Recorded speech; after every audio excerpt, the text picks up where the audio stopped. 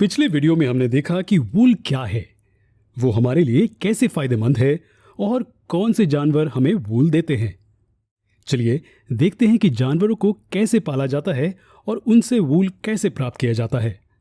चलिए जानवरों की फ्लीस से फाइबर्स प्राप्त करने के तरीकों को देखते हैं। चलिए इस पूरे प्रोसेस को समझने के लिए भेड़ को रेफरेंस एनिमल लेते हैं। भेड़ ठंडी जगहों में पाए जाते हैं और वूल उत्पादन करने के लिए बड़े पैमाने पर पाले जाते हैं। ये जानवर हर्बीवोर्स होते हैं, यानी कि ये सिर्फ प्लांट्स खाते हैं। अब ये वूल इन जानवरों से कैसे ली जाती है? सोचिए कि हमें बालों की एक विग बनानी है। इसके लिए हमें बालों को काटकर उनके सैंपल्स इकट्ठा करने होंगे और फिर उन बालों को और आगे प्रोसेस करना होगा। उसी तरह फ्लीस जानवरों के शरीर से शेव करके लिया जाता है और इसे आगे प्रोसेस किया जाता है।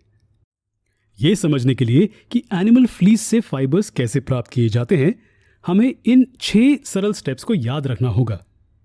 वो हैं sharing, scouring, sorting, separating, dying और स्ट्रेटनिंग।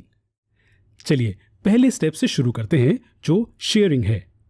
इसका मतलब है फ्लीस को एनिमल शरीर से निकालना।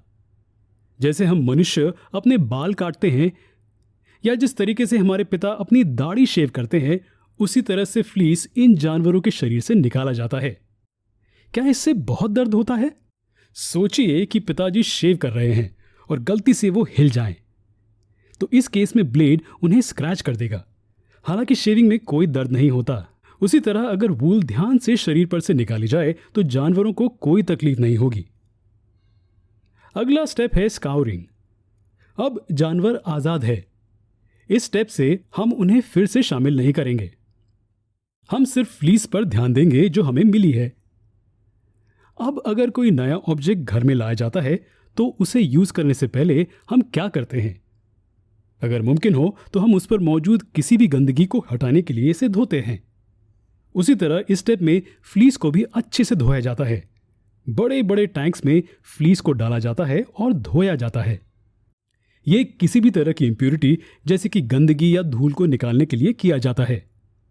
अब साफ मटेरियल को जमा किया जाता है और अगले स्टेप के लिए लेकर जाया जाता है, जो कि सॉर्टिंग है। हमें इसे सॉर्ट क्यों करना पड़ता है? फ्लीस तो फ्लीस है ना? तो यहां किस तरह की सॉर्टिंग की जरूरत है? सॉर्टिंग बहुत ही छोटे और बड़े फ्रैगमेंट्स को अलग करने के लिए की जाती है। तो साइज वो पैरामीटर है जो मिले हुए मटेरियल को अलग करता है। अब ये मटेरियल तैयार है फैक्ट्री जाने के लिए, जहां इसे आगे प्रोसेस किया जाएगा। जैसे ही ये फैक्ट्री पहुंच जाता है, मटेरियल्स को पहले बर्ड्स से अलग कर लिया जाता है। बर्ड्स क्या है? ये और कुछ नहीं लेकिन बहुत ही छोटे सूखे हुए सीड जैसे स्ट्रक्चर्स हैं जो वूल से चिपके होते हैं। आमतौर पर सूखे फल या सीड जैसे स्ट्रक्चर्स जानवरों के स्किन पर चिपके होते हैं।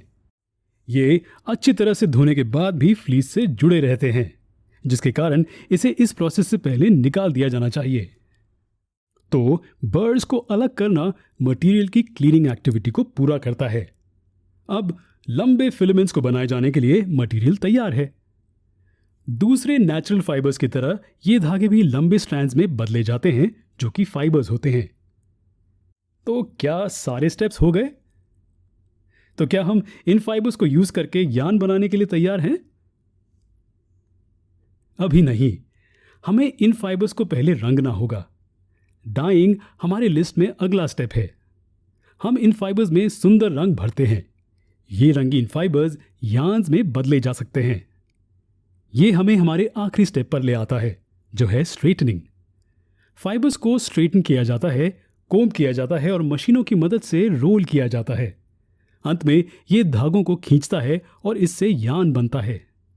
इन यार्न्स को कई फैब्रिक्स में बुना जा सकता है, जिनके कई यूजेस हैं। स्वेटर्स से लेके कंबल, यहां तक कि कालीनों तक यार्न को खूबसूरती से उपयोगी प्रोडक्ट्स में बुना जा सकता है।